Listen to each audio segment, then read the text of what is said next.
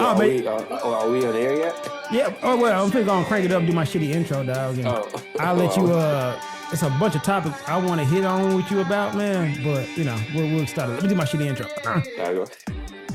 Coming out of this podcast, just a man doing the best he can with what he got. And today I got a very special guest, my brethren, the guy I met in Nihon, man. Lionel T, I ain't gonna put your whole government out there. What's going on, big bro? Man, slow motion, dog. Yo, first let me give you your roses, man, before I do anything, because I've been knowing you now for, I want to say about 10 years. Yeah, it's been 10 years. And ever since I've known you, man, you've been a stand-up guy and you have stood next to your convictions. Like when I first met you, man, for those of y'all don't know, I met this guy working at a company who shall be remain nameless. Who shall remain nameless right now. But I met him at that company. I saw him at a training workshop. And you know how people just stick out? That's what drew me to you. I'm like, oh, this guy don't belong here. Let me go ahead and put him under that wing, man, because this guy, he gonna need something. Yo, from what I remember, it was my badass haircut that stood out, and he was trying to help me out. That's the dirty secret about being black in Japan. You don't know the network. You got to get a network, and people will show you, hey, man, this is where you go get your haircut. This is where you get the fashion at. This is where you go to learn the culture. But until you get in that network, you can tell who's outside. You're like, oh, yeah, this guy needs a little guidance, man. Because it took me 2 years myself. Like when I first came to Japan, it took me 2 years to actually find out what shit was it, man. So I'm like, nah, dog, let me help a homie out, dog. Yeah, I appreciate it, man. I appreciate it ever since. How is it like in Japan right now for you guys? Because I know they are up in the visa increase for you guys. I still have a visa for 2 more years in Japan, but how are you guys dealing with that? The backlash, the new prime minister. You know how just anti-immigration sentiment seems to be on the rise everywhere globally right now. The new prime minister is making nothing easy. And if it's one thing about Japan, they ain't gonna make when they need someone that don't look like them or don't want them. So, yeah. I feel like it's a big deterrence from anyone that perhaps they think might just be here for shits and giggles.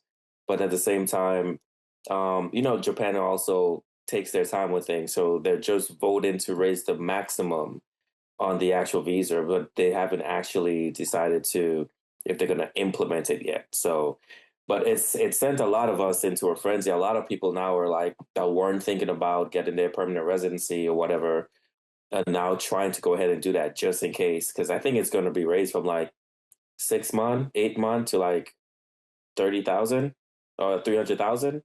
For those of y'all don't know, Rokuman is like $600 USD, like dollar for dollar, and then Sanjuman is like around $3,000. So you're looking at a big ass increase for visas. And not sure how many. With the price increase, not sure how many companies is going to be willing to actually take that hit for their workers now. So that might also be, it could also be a potential deterrence for companies as well. So this is the dirty little secret about being a foreigner in Japan. No matter what, the first question they ask you is, hey, where you from? And the second question is, when you going back? Yep. Because you're kind of not looked at as a productive member of society. You're kind of looked at somebody coming in to subsidize their taxes and make money for their Asian population. That's exactly how it is, man. And I think it's one of those things where they're trying to price out the poors. The ones that are just here doing part-time gigs and making it that way won't be able to do that with the new visa regulations, and just the cost of living that's finally catching up. A lot of us in Japan are exploited. And that's another thing people don't talk about. Even if you're coming from these G7 countries to teach English, which if you've been in the racket, quotes. you know what teaching English is, right? Our company just, I'll go ahead and say it. They exploited the hell out of me. I didn't realize I was getting screwed until later. What they did was, instead of making me a full-time employee, they make you a contractor and they keep your hours under 35 so you can be part-time, while you're still really intentionally working 40 hours. But how they do that is they don't count your breaks and your lunch. But essentially you're working 40 hours, even with the breaks. But they're like, well, you got a 15-minute break. And I called one of them out on this because, you know me, I used to leave early all the time. And it got to a point where the school that I was working for called the company. It's like, yo, Marcus is leaving early all the time. And they called me in for that meeting, that good old meeting. And I was like, Marcus, you got to stop leaving early. I was like, why? And it was like, because your contract says you're supposed to be there until, I think it was like 3:45, 4 o'clock. I was like, nah, my contract doesn't say that. And it was like, yes, it does. And I pointed out to them in the contract where it says I don't get paid for breaks. So I asked them, I'm like, hey, since I don't get paid for my 15-minute breaks, I can assume that if I work during them 15-minute breaks, I can take those breaks back. That's my time, right? And it was like, that's not how. I'm like, no, it says I don't get paid for that. So since I'm working during these breaks, and furthermore, they wanted me to eat lunch with the kids and I wouldn't do it. I was like, okay, if I eat lunch with the kids, that means I'm working. Exactly. So then you got to pay me an extra hour. And when I broke it down like that, it was like, all right, man, you can go ahead and leave early. Yeah, man. That's how they try to get you, man. They try to break it down by regular like working hours and not contact time. Mm-hmm. So they try to hit you with that like that little oopsie loop. But that same company that we work for, they were also doing some illegal stuff where by Japanese law, all companies are supposed to pay for transportation to their employees. And come and find out, our company wasn't paying us transportation, but they were still getting that government check. They were definitely exploiting the hell out of us. There was, man, so many ways it was just getting us. They wasn't paying for our health insurance, and it was getting around that by making us part-time. They wasn't paying our Ninkin or giving anything to that. So, yeah, we was getting screwed, and they wasn't telling us about our state and city taxes either. So a lot of folks, they'll go to their city ordinance office and then realize they owe like $2,000 back taxes. Yep. And like something like that would affect your visa when you're trying to get like permanent residency status. So again, it's almost like a long con. But again, here's where the predatory practices come in again, man. That I think you were there at that meeting too when we were fighting for a raise because we were getting paid like nothing. And they made a big hoopla. Like the guy came in and he was like, man, we really fought for it. And I got some good news. We were able to get everyone a raise. And we're all looking around like, yeah, all right, so how much we're getting paid? And man turned around and said, yo, we got everybody a nickel. Yo, pissed. That day a villain was made, man. Like, seriously, I was just like, oh, I'm going to do whatever the hell I want to do, dog. Like, seriously, I realized, like, yo, at this point, dog, I ain't got nothing to lose, dog. Yeah. Speaking of which, are you safe out there in the streets from U.S. servicemen asking you for your ID? Man, I wish these fuckers would. I promise you. I swear to God, I promise you. Ain't nobody asking me for ID. For those of y'all don't know, it was a black DC man, ex-Marine, who was stationed in Okinawa, that went back to Okinawa to visit his homies. But while he was there, he was stopped by service members from Canada military base and asked for his ID because they patrol around outside the base to try to keep service members from acting wild and out of order. So they come around to anybody they think who may be in the military and ask for their ID. They came to dude, and dude kindly told them to go fuck themselves. And next thing you know, he was slammed on the ground. And what got me about this whole situation was how much bootlickers was out here riding for the military and really playing into this world police. Because again, they only have jurisdiction over fellow service members. So simply by telling them, I'm not in the service, they have to leave you alone. Man, I'm a dude with a full beard and some locks. Ain't no way in hell I'm in the service. So you come asking me for my ID, I know you're just trying to start some stuff. So the reason why I pushed back on this too, because I lived in Japan, and that would have been me on that ground. It would have been me, because I would have told them, hey man, y'all can kiss the back of my ass. And you know what I'm saying to be true. Yep. I would have been like, man, y'all get the fuck out of my face, dog. The notion of any service member having control over anybody outside the base, I push back against. Oh, absolutely. If your position is we got to patrol outside the base because our service members may cause trouble, that's an indication that you shouldn't be on base, or you're not trained and you don't have enough discipline to conduct yourself in a foreign country. Like, all this is fucked up. Like, everybody's talking about what it could have been instead of talking about what is. What is you don't trust American citizens, service members, to conduct themselves with honor and dignity outside those military walls. You got to police them. Which, if I'm not mistaken, is against the very code of conduct as well. So Bingo. Nobody want to talk about that. Like, if your service members can't conduct themselves in a foreign land, don't let them outside the base walls. Because, we've been for punky. We've been in the clubs. And it's been plenty of times, man, I had to tighten up some Marines who got out of line. I'm like, bro, you don't get it twisted, dog. Like, it ain't all jolly. Yeah. So. They have this false sense of, and I think that's probably a topic we're going to tap into later, but this sense of superiority when, in fact, when you, again, like I said, we're going to tap into it later, but there's no such thing as superiority. It's always an inferiority complex. Talking in terms of when it comes into like white supremacy and just supremacy overall, how like that's technically not a thing. It's actually more of a sign of an inferiority complex.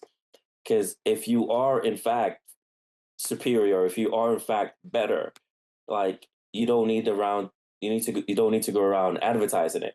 Like we don't go around telling kids like toddlers we're better than them or we're stronger than them or we're bigger than them. We know we are. So when they try to buck up, we just laugh it off and like keep it pushing. That's why anyone else that actually tries to go out there and act as a toddler does, like we know it's a much more deeper rooted issue than what they're perceived to be. So that's why just laugh it off, man. There's no such thing as a superiority or a supremacy complex. It's all inferiority, man. So let's just go ahead and call it the elephant in the room. Right. There has been a steady trend, I will say, within the last 15 years towards white supremacy in the United States.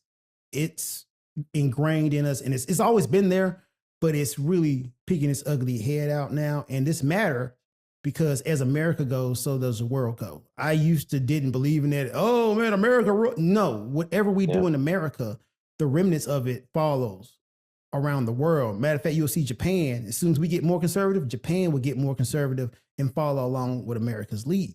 And part of the programming in America is that Black people and people of color don't belong. Yeah. We saw it in Japan, the default American. The default American is white. To the point that when I was trying to get a part-time job in Japan, one of the Eikaiwas was like, hey, man, we're looking for somebody more American. I was like, fuck you mean, dog? I don't get no more American me, dog. You don't see this blue passport? What the hell you mean? What he meant was somebody white, right? To the point you'll see Australians in Japan. They'd be confused as American. Are you American? They're like, nah, I'm from the part of America with fucking kangaroos. No, I'm not American, right? Like my Australian friends get mad. Like, hell no, I'm not American.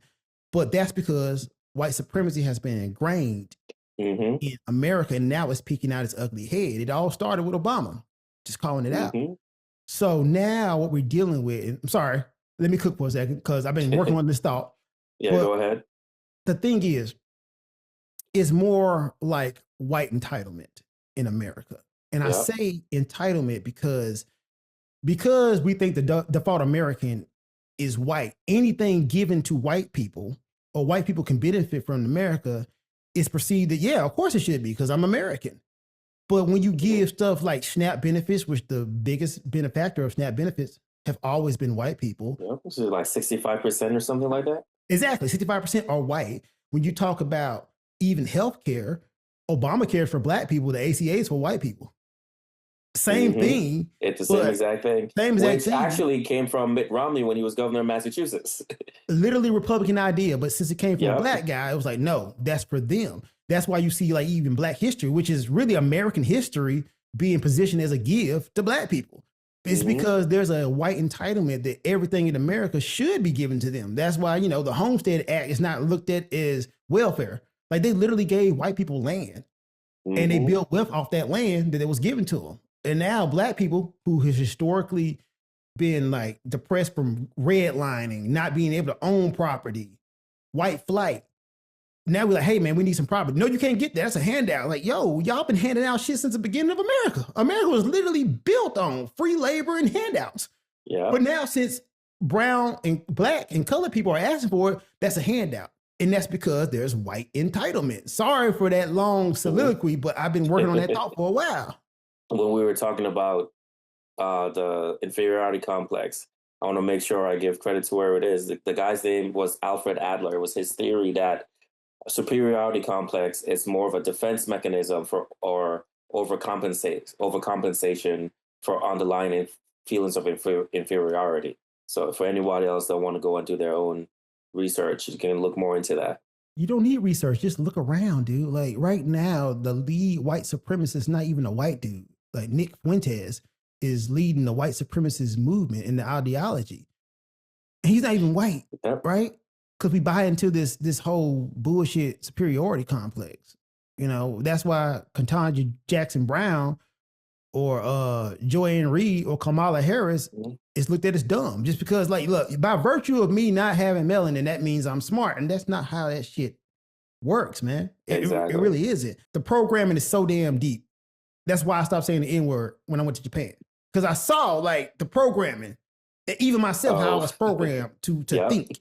And when I went outside, I'm like, oh, you actually think all I do is carry a do-rag and turn my gun sideways. Like, that's what you think I am. Yep. I'm a degree-holding American, one of the elite. But you look at me as yo. Like, you know how it was, like, walking through Tokyo.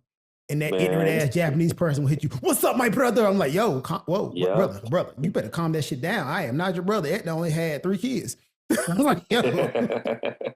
So. Yo, I remember one time I was working at in a kindergarten, or like in the US would be the equivalent of a preschool, and I think I had just like got my hair done, so I was like had my do-rag on or something like that.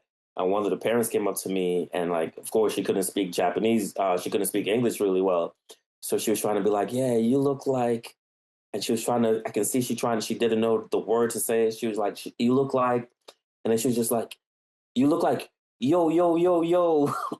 And I started, flabbergasted. I was like, thank you. You get it so damn much, man. And yeah.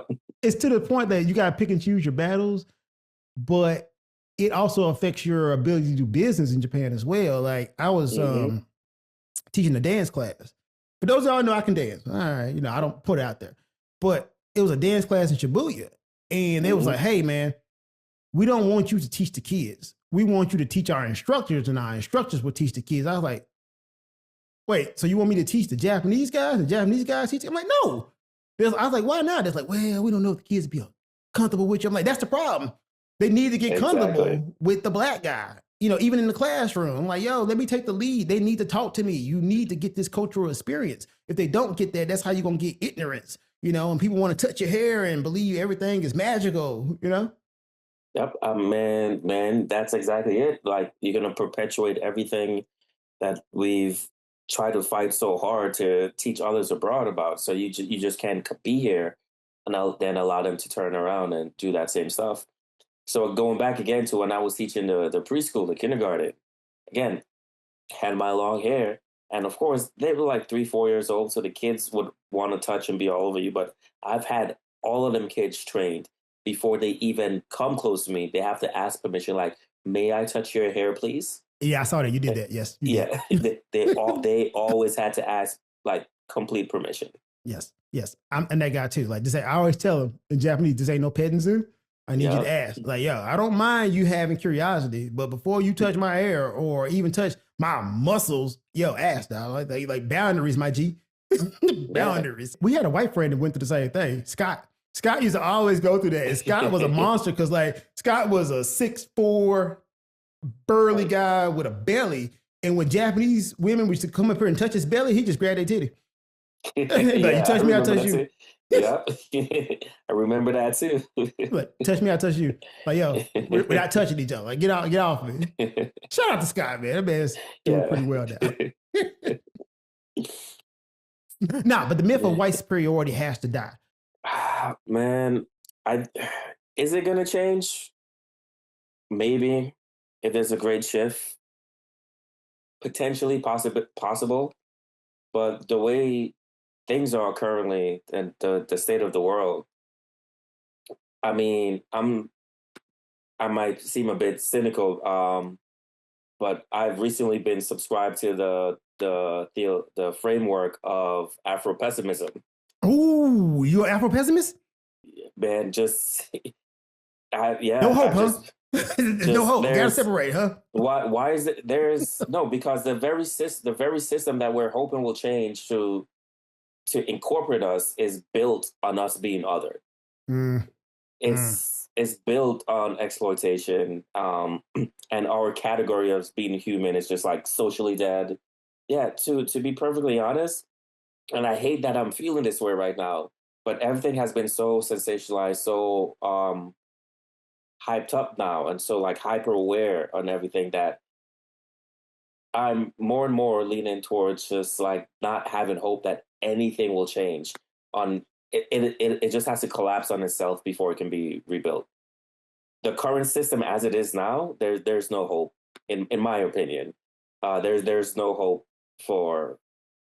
I, I'm not even looking for acceptance, to be honest with you. I don't want to be accepted into um a structure, a system that was never designed or built with us being equals or just being part of it.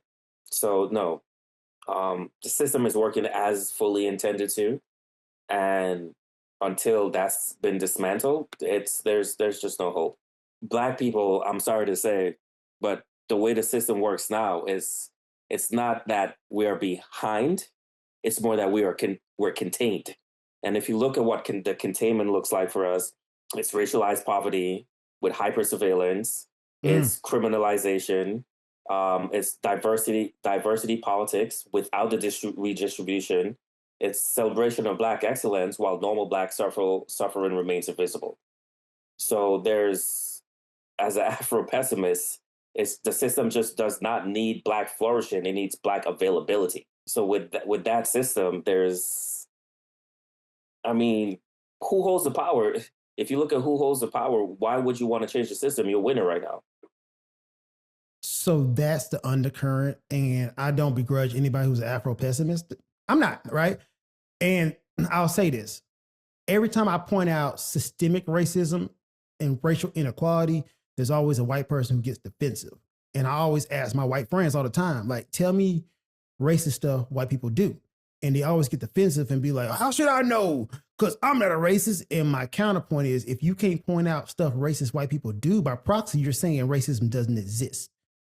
Right. Yeah. And me calling you out on this or just breaking out racial inequalities is because I have faith in you. Maybe too much faith. I have faith that you can change. So by me saying these injustices and inequality, you should not feel defensive. But every time black people bring that up, it's positioned as we're complaining. Like white folks don't complain all the time about not having enough money or subsidies, right? So I get what you're saying, and you're totally right. That still goes back to the undercurrent of white entitlement, where white people feel like, hey, this is my country. I am the default.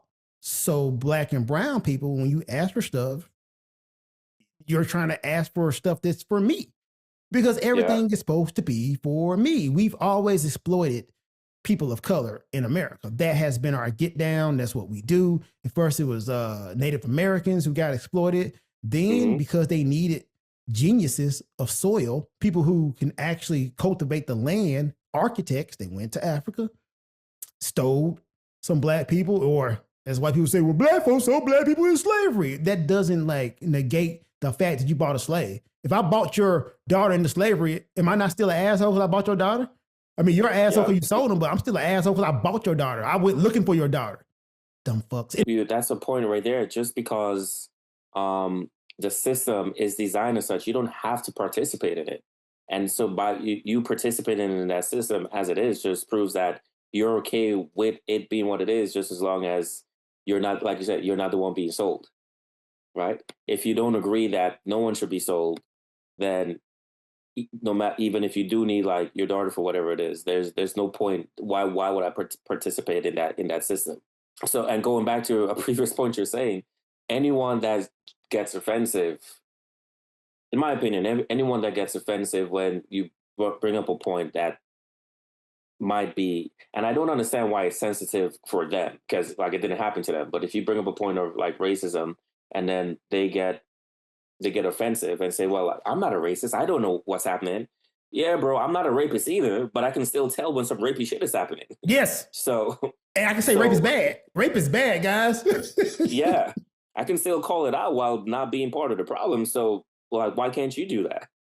I I'm not an Afro pessimist, right? But I do lean towards it. Like it was a time where I'm like, yo, dog, I think that this all needs to crumble. And to Mm-hmm. a point, it does. It does need to crumble because we have been putting band-aids on top of gunshot wounds. We have.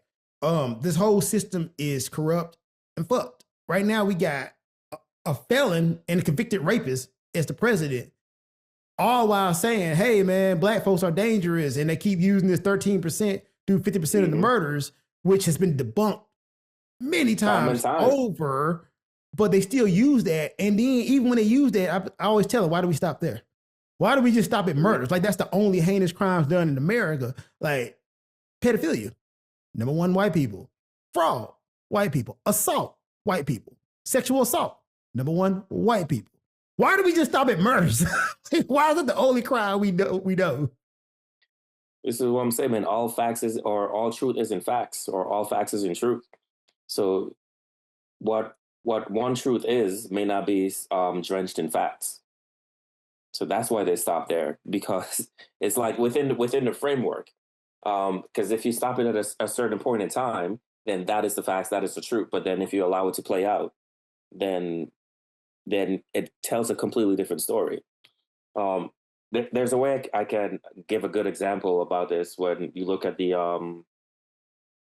what was it, the Bush Gore presidential election. The full count hasn't been in before Gore actually like stepped down, took his head out the. But at a certain time, it was projected that Bush was going to win. Then Gore stepped down. But then after they actually tallied all the votes, they found that like Gore would have won. You know what I'm saying? So it just depends on which 3 seconds of a 5 second story you're looking at. Yeah, perception is everything in America. And that's why, once again, I stopped saying the N word in Japan because I saw the advertising. And if anybody doesn't think advertising works, then I ask you why there's a $1 billion industry for commercials, right? If Mm-hmm. you're constantly shown something is being negative and told and told and told, hey, you see it now, like truth doesn't exist. You just say the lie over and over again, that becomes the truth. But that's what's been done to black people. The advertising has been that we're dangerous, we're uneducated, we're thugs, and anything about our culture is perceived as negative. You're not allowed to talk about black culture positively, with the exception of sports and music. You're not allowed to talk about black culture positively when it's with black faces. Oh, man. Facts. Big facts. If it has black faces, you're not allowed to talk about it positively. But if it's stolen, then you can talk about it positively and make money off of it. Because I can tell everybody, K-pop is just blackface. Oh man, listen, boy, man, I'm glad you said it, boy, because I had a whole thing ready for this. Man, I can prove to everyone that global racism absolutely exists through K-pop. When you look at the original K-pop in its original form, it was just pretty much sampled and remixed versions of like, what was it, like hip hop? Yes, like it was. particularly West Side music West Side. and just R&B and stuff like that. And it's just been given. I'm not musical, man, so maybe you can correct me on this, but like they up the tempo a bit, give it like a few extra 808s or something. But everything is still the same. K-pop now is still produced mostly by black producers. I have a homie that's Black producing black producers. music. Yeah, K-pop is black music, but when K-pop is or when black music is presented with black faces, it's dangerous. We need to do a parental advisory warning. We need to do all of these things. But then you throw some Asian faces on it, and they're accepted everywhere. K-pop is like one of the number one music genres now. You can listen. You can literally listen to some K-pop music and hear know the actual songs that they're stealing from, that they're or quote unquote inspired from. There was one song I can't remember for the life of me, but I was listening to it, and for the first time before I knew it was K-pop, I was like, "Yo, this Bruno Mars song, man, sounds like is this a remix or something like that?" Until I realized it was just heavily sampled Bruno Mars song, or it's a heavily sampled like TLC song. It's just yeah, black culture in black faces is not accepted, but black culture everywhere else. And we can go back again to Vanilla Ice. Nobody can tell me these points because I've lived through this history. I remember when quote unquote gangster rap came out. It wasn't gangster rap. It was reality rap. People was talking about the social and economic conditions in the hood and bringing light to it. White news media called it gangster rap. And they kept on saying it, saying it, saying it. And the program became so damn like prominent that black folks started saying that. Right.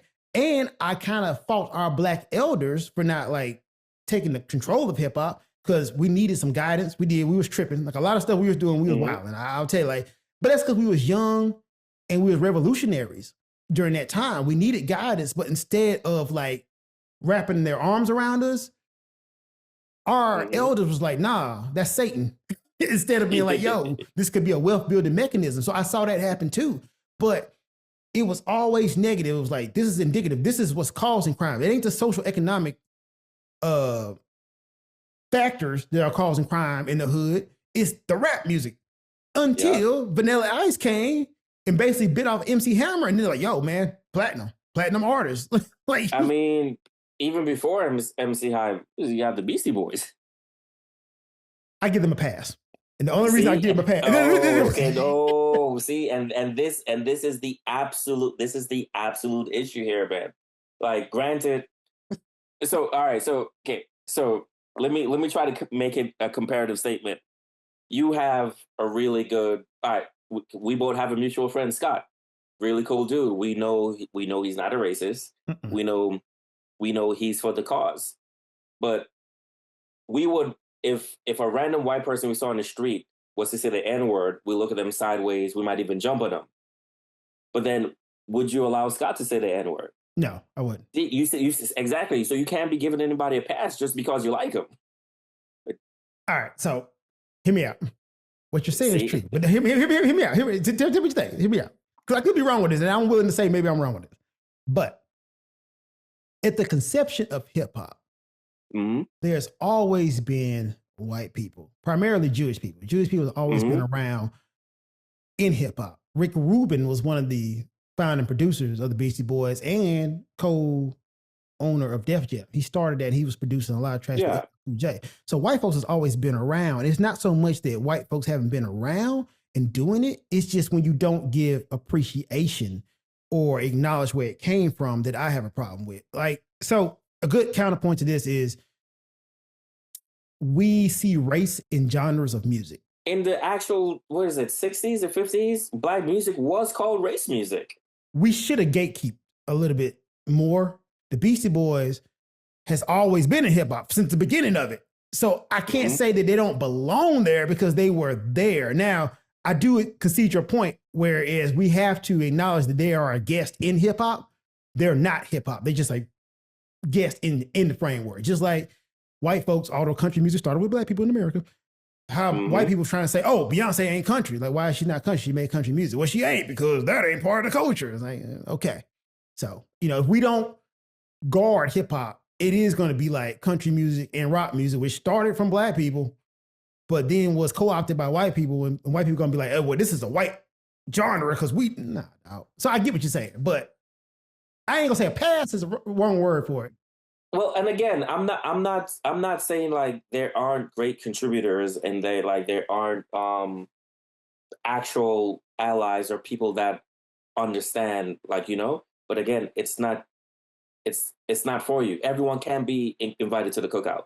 We need to stop giving out these damn cookout passes so freely.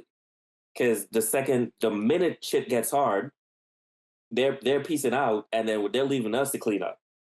So this is what I'm saying, like black people, and it's actually something that's residual from trauma, from the slavery, from the trauma, from the Jim Crow era, where we had to allow. It was a form of survival by allowing others in our spaces. It's a form of survival because then if we didn't, just the loneliness is what's more defeating. The ostracizing is what's much more defeating than the actual physical violence. Like bruises and scars, we can get over, no problem. Yeah, but it's the psychological warfare. It's the psychological, the social, emotional, mental trauma that we pass on to um future generations through, which is scientifically proven through epigenetics. The more trauma like we endure, we pass that trauma on to our offsprings. Like we need to stop giving out these passes so freely. Like we appreciate you wanting to contribute, but how about you stand outside and don't allow anybody else to come in? That's true. We do have to stay. If you are a part of this, man, we need you out there when it's time to march, and the equality is showing its ugly head. So, like orthopedic shoes, I stand corrected. I get your point. I get your point.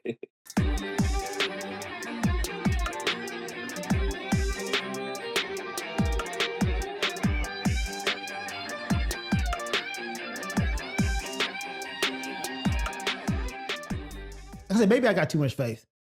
Maybe I'm a dreamer. I don't believe progress is linear. I think that we have progressed more, but sometimes you have dips, and we're at a big dip right now. We're actually regressing. But I think that regression is needed to move forward. So you know what? I want to ask a question actually. Like, can you elaborate on how we're regressing? Because this is a world where, with social media, with smartphones and all the digital devices that we have, information is so readily available. So that's the problem. It doesn't make sense that we are quote unquote regressing. So I'd like you to elaborate on like how do you think we're regressing, although society seems to be even more aware. So that's the problem. Right? You actually hit the nail on the head. The problem is it's not information, it's misinformation and too much information. Right? You have sensory overload.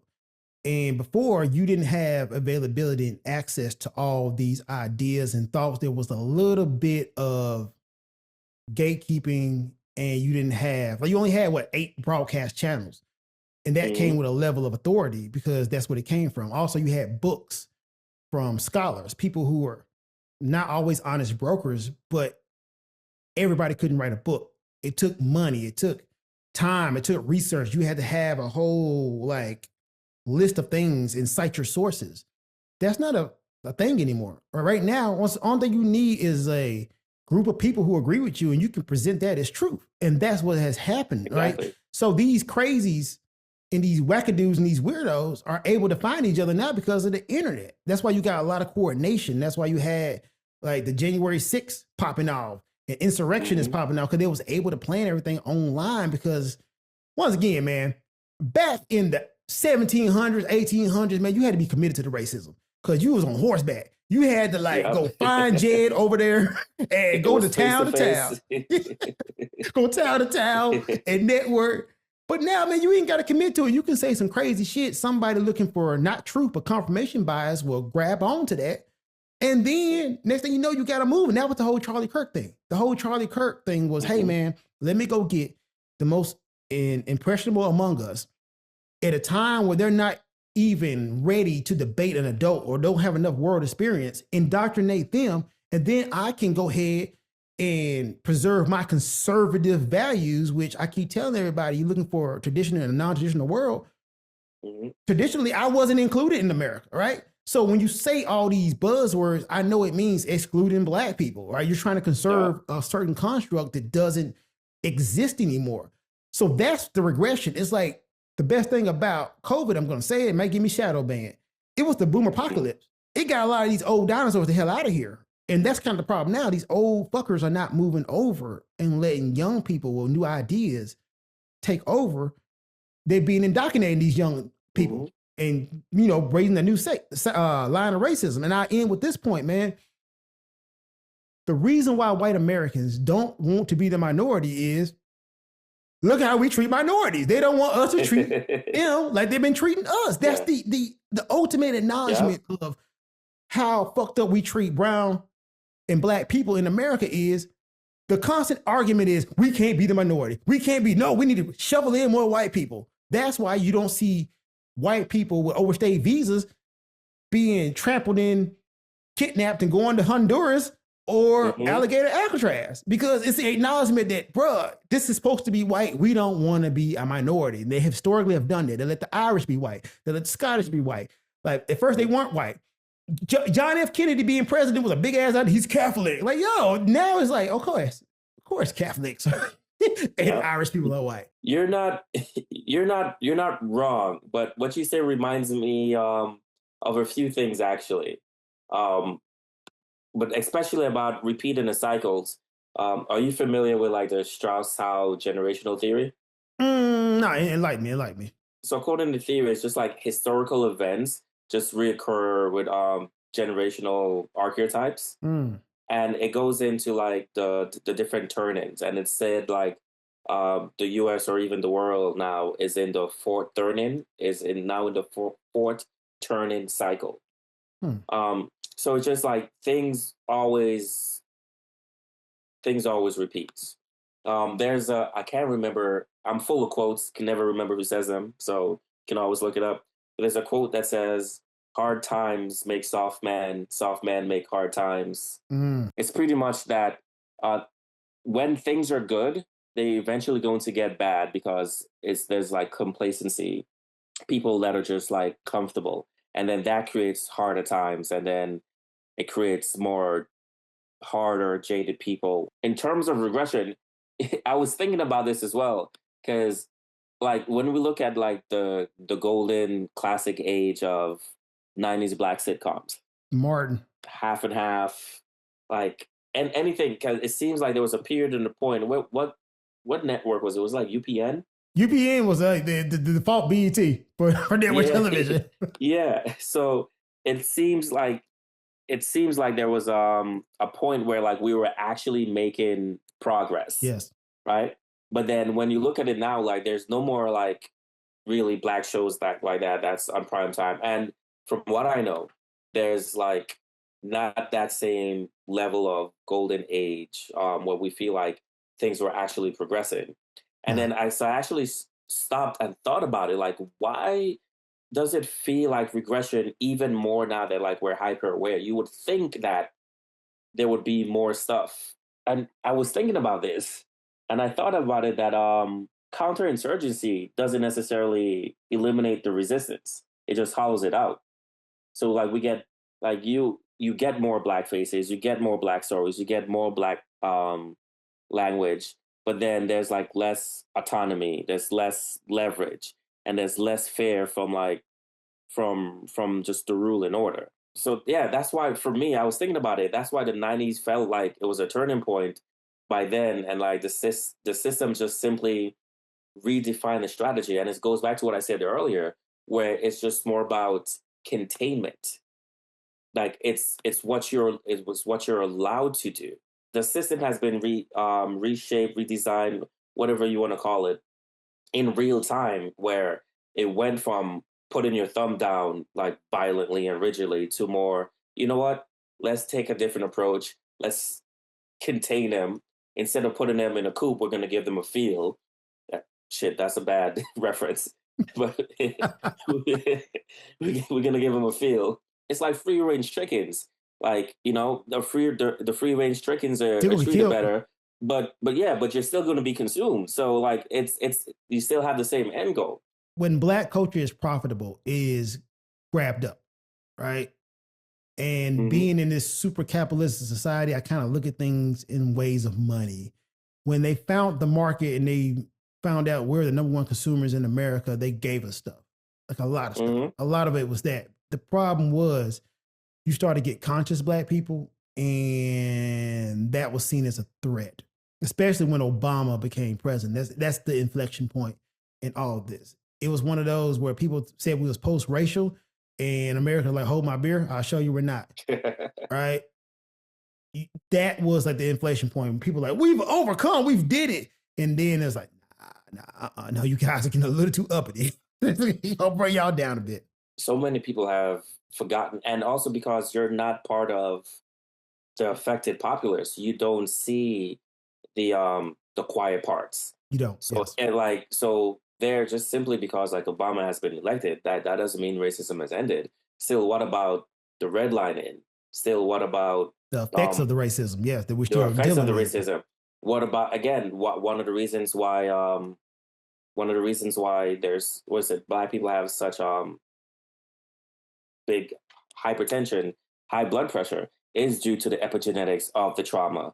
And they've done these studies with mice and different and test animals where they've simply put the the parents in stressful trauma inducing situations, and then 3, 4, 5 generations later they're still reacting to the same shadows, although the threat is not really there anymore. So epigenetics is something that's real. So just simply because the perception seems like it's different doesn't mean that there's actually any, I don't want to say progress, but that things have actually changed. Hitting along the regression lines I was talking about as well.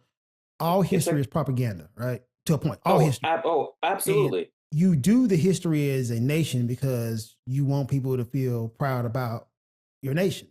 And because white people feel like they're the default Americans, they don't want to feel bad. But once you acknowledge things that happened in the past and acknowledge the lasting results of it, because I keep telling everybody, Hmm. the lasting results of slavery are still affected now.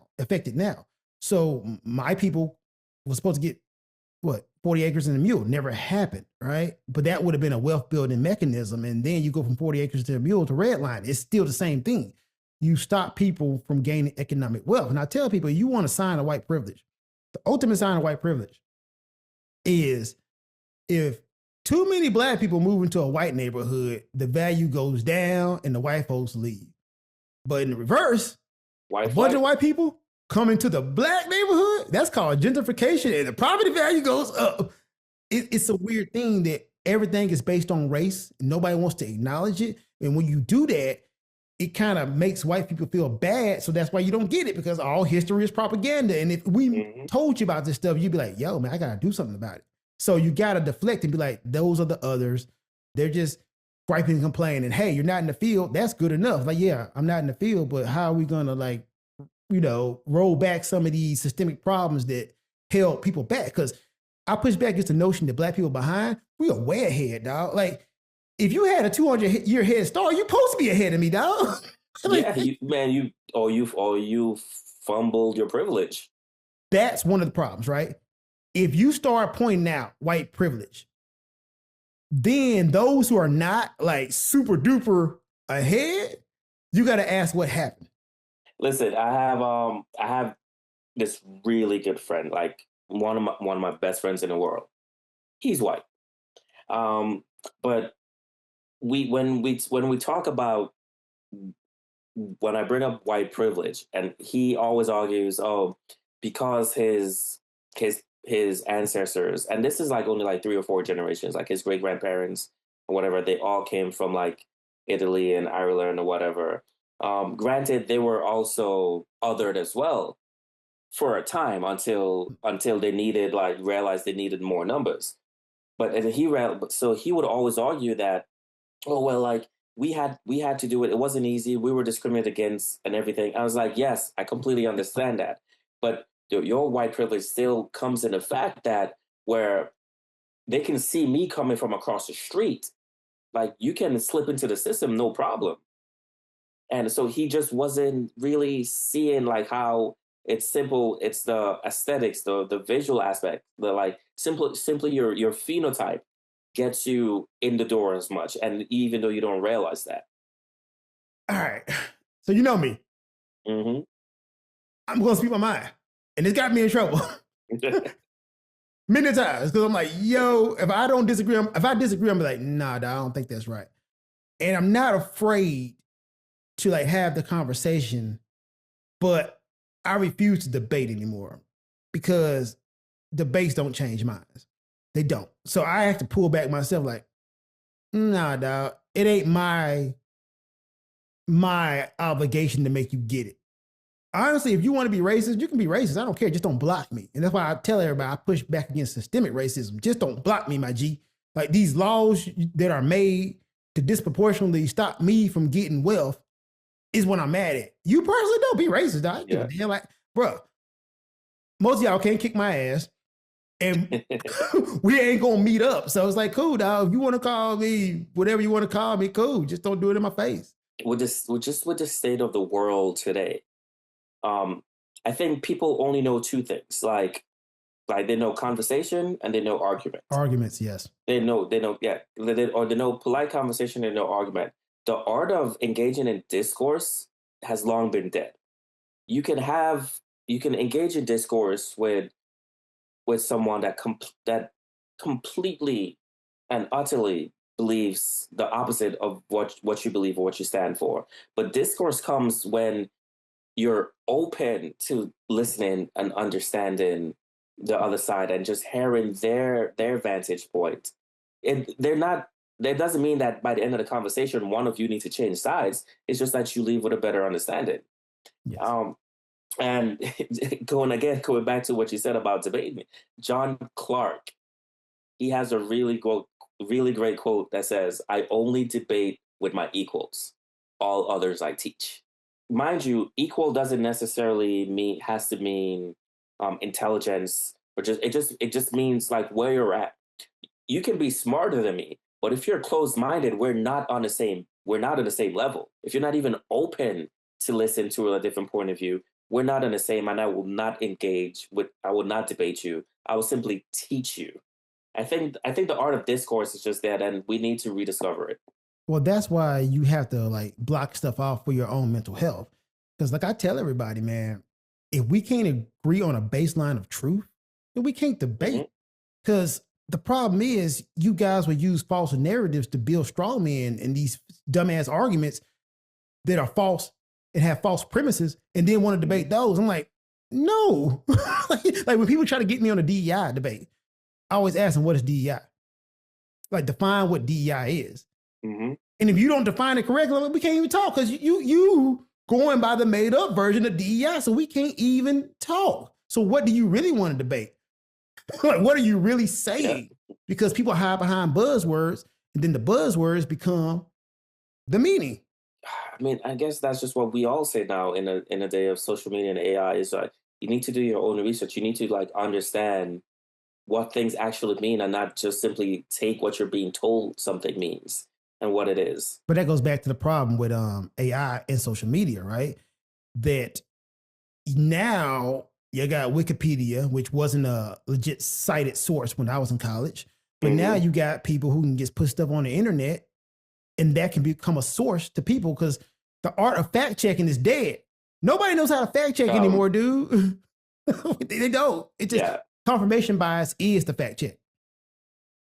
I mean, there's even been evidence of AI, like when you do the whole ask a question and there's the AI overview that as like in trying to fact check it, they will reference other made up AI uh, statements. I have expertise in this field, right? I have a LLM certification, Security Plus, Cloud Plus, Secure Cloud certification, working on another LLM certification. Currently, I work in IT. So what I say, I know to be true. And people don't know how this AI works. They think it's magic and they think everything is true. But what it is the brain of AI is a large language model. And in order to have a large language model, you have to put information in there. And like, some of this information is straight from the internet. Some of it is like just thrown in from books. But in that, you have human reinforced learning. And that's when human editors go in and check out stuff. And that's how you get human biases in AI. And Hmm. because we are flawed individuals and we have racial biases, AI has racial biases too. So Yeah. this shit is still human flaws in technology. This shit is not like infallible, bro. Like, bullshit ass science gets into the AI because we are training it to do that. Like, the AI may even scrape bullshit websites.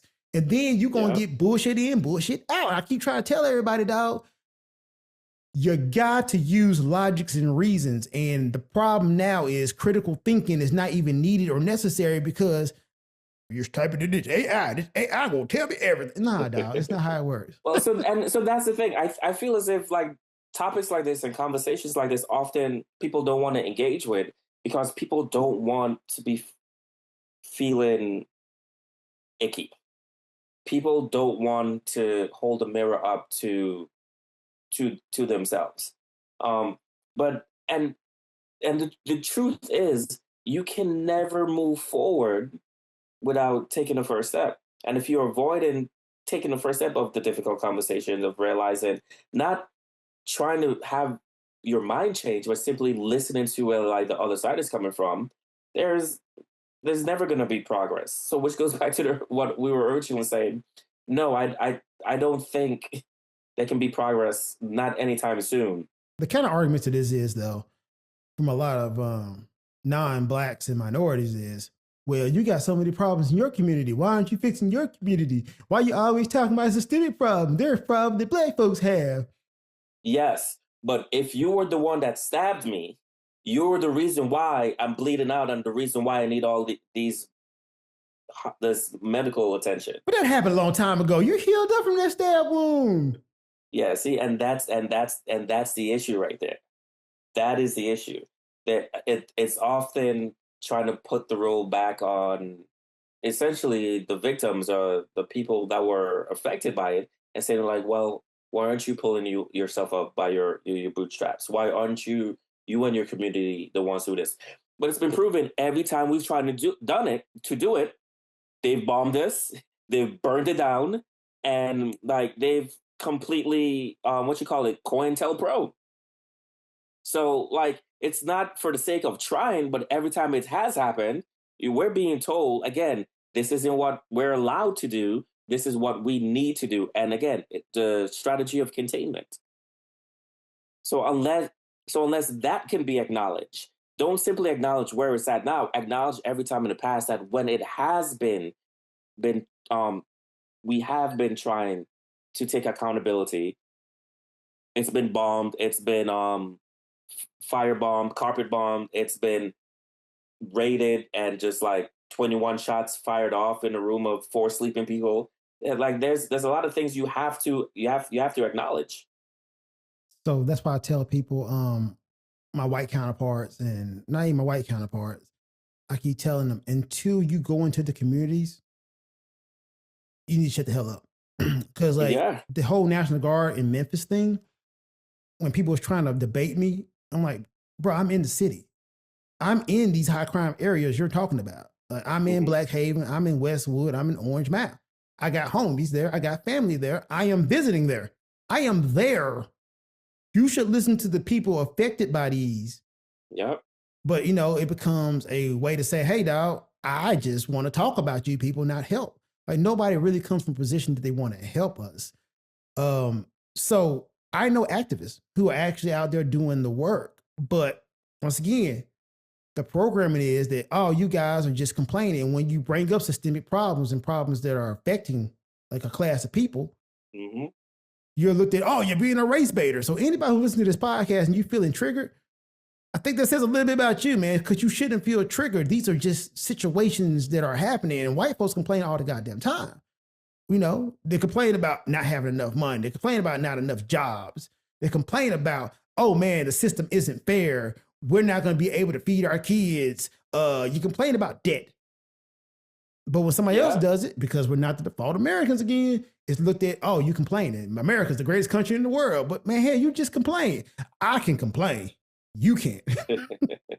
To go back with what you said as well, like if it doesn't affect you, you don't understand what it means. Wasn't there recently a whole class of degrees just being considered Gone. as like not Mainly women. professionalism? Mainly women degrees. But that's the thing.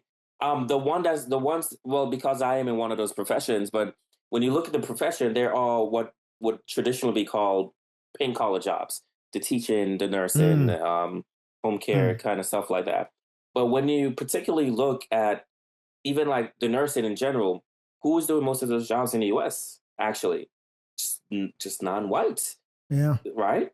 Who's doing like a lot of the teaching. People have to take a step back when it's not about you, and listen to the people that it is about, what they're saying. And of course, granted, for the people that are going to say there's people that just like hyper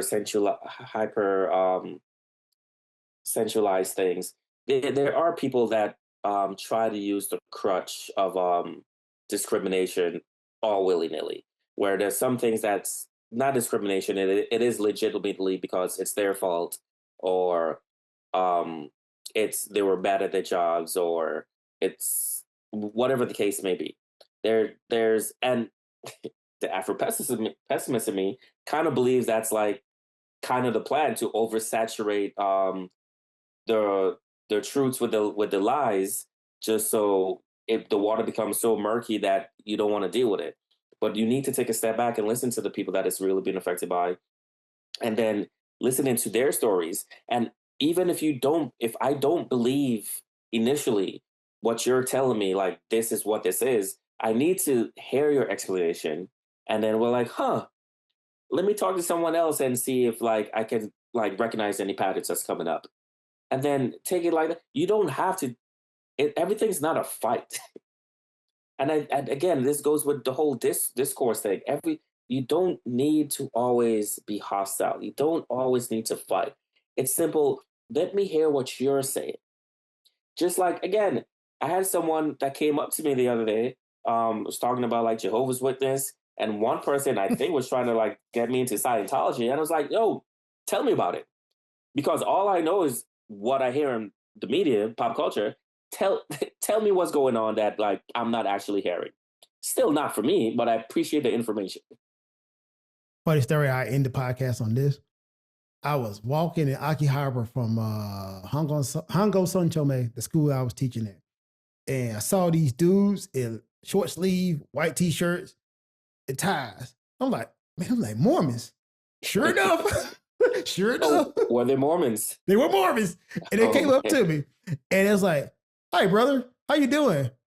I was like, what you guys doing here? Like, we're on mission. Can we talk to you? I'm like, hell yeah, I got all the damn questions. Is it true Jesus is 6'2" and from a planet named Kolob? Why didn't y'all let black folks in the church initially? Do y'all still believe in that? What's up with magic underwear? The seer stones, is that a good thing? The book of Nephi, do y'all really think Jesus was going through Missouri? And how can you prove that? People they're like, yeah, we gotta go now. I'm like, nah, hell no. Yeah, no. I got questions, bro.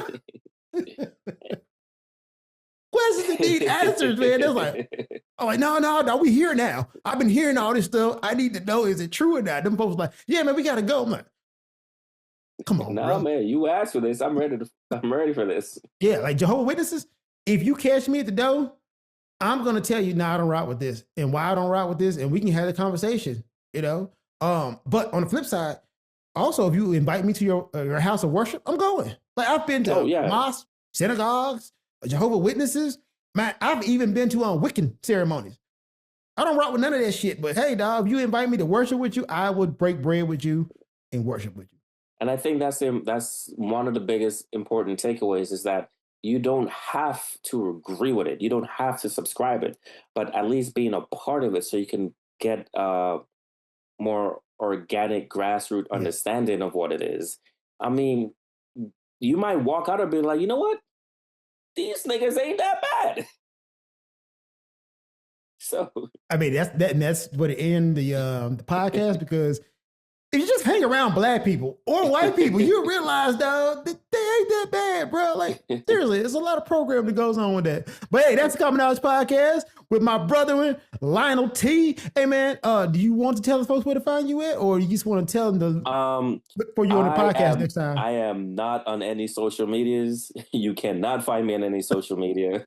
If you do find me, it is not me. I do not subscribe to any of that, but hopefully I'll be invited back and I have loads of notes that we didn't even touch upon. So I hope we can revisit sometime soon. Oh, no, dog. This is going to be a regular thing now. We got to do this like once a month now, dog. Because, I mean, I push back against Dr. Umar. I feel like he got his flaws. But however, some of the stuff he says, I'm like, okay, I get where you're coming from, but I don't agree with everything. And we got to start realizing that black folks aren't monolithic and the ideas have to be shared, because I can be an ally, although imperfect ally, and we all are not going to meet. Like, I'm quite sure Dr. Umar wouldn't agree with my dating choices, but I'm still part of the struggle and the movement. Yeah. Oh, that's a whole other conversation about that, man. We can talk about that. Hey, man, yo, we definitely need to talk about that later, because dating in the spirit. You know, I said I was going to end the podcast. I'm gonna do that right quick. It's a bonus thing, right? you date what's in proximity next to you. I've always, like when I was in Japan, I was dating Japanese women, right? And I would sometimes run into like black women in Tokyo, and they'd be like, "Well, why are you dating Japanese women? You're intimidated by black women?" I'm like, "No, I'm in Japan, bro. Like, what the hell you mean? Like, no, I love women of all colors, shapes, and sizes, but you asked for me to look for a taco in an Italian restaurant. Like, yo, the taco may be there, but first, how good the taco gonna be, Yeah. and how hard I gotta look for it in this Italian restaurant?" See, I take a different approach to that. It's not even that like it's not even I was going to use a taco reference, but it's not even that like I'm trying to avoid dating within the culture. Is that there's five of us, we all five hang out. So if something happens, then the dynamic is completely thrown off, and most likely it'll be me that's left out to no longer have a friend group. So I'm just not gonna sully those waters. I'm gonna end it right there.